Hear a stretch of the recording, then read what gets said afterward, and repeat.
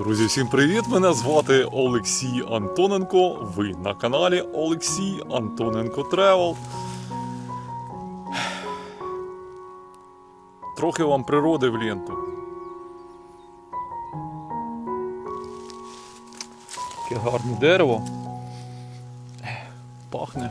Не знаю, як воно називається, що це таке. Хто знає, можете написати, друзі. Ось, продовжую серію весняних відео про велопокатуни. Ось мій байк стоїть, бачите. Обмундірування, так сказати, шльом, рюкзак. Ось заїхав в ліс, точніше на окраїну ліса. В ліс ми з вами не підемо. В силу певних обставин, я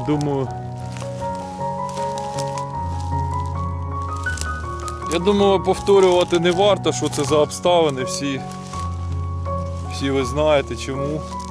Тому що в країні, на жаль, триває війна, третій місяць війни. От. І в ліси ходити заборонено, категорично. От. Тому покажу вам трохи природи. Така трава зелена, сочна. Ой, вообще клас. Настільки мальовнича природа, друзі. Настільки файні краєвиди. От. Що навіть сложно уявити, що на фоні всієї цієї краси зараз відбуваються такі жахливі події.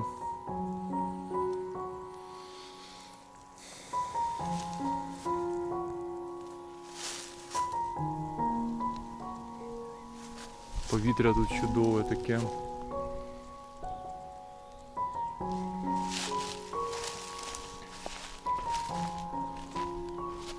Тож, певно, тут якісь звірі є. Як ви вважаєте, які? Ну, косулі, зайці точно є. Можливо, і хижаки якісь. Хто знав, хто знав.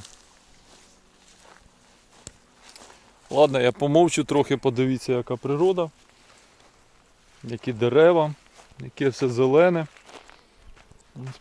Поле чомусь ще не садили нічого, бачите? От.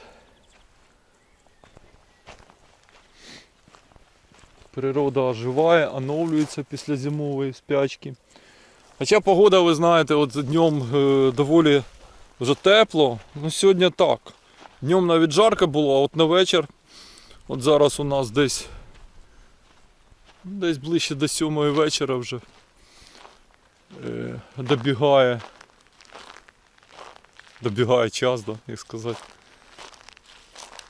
За свою українську, але ж, ну, дещо от це, як суржик, да, якісь паузи неловкі виникають. Але я з цим, друзі, упорно борюся. Так от, про що я? Про те, що на вечір трохи холодає, я, правда, з собою куртку взяв, тому що зараз одіну, тому що так уже якось свіжо стає, знаєте. Ось так от. Добре, друзі. На цьому моє відео сьогодні добігає свого логічного завершення. З вами був я, Олексій Антоненко. Всім мирного неба над головою.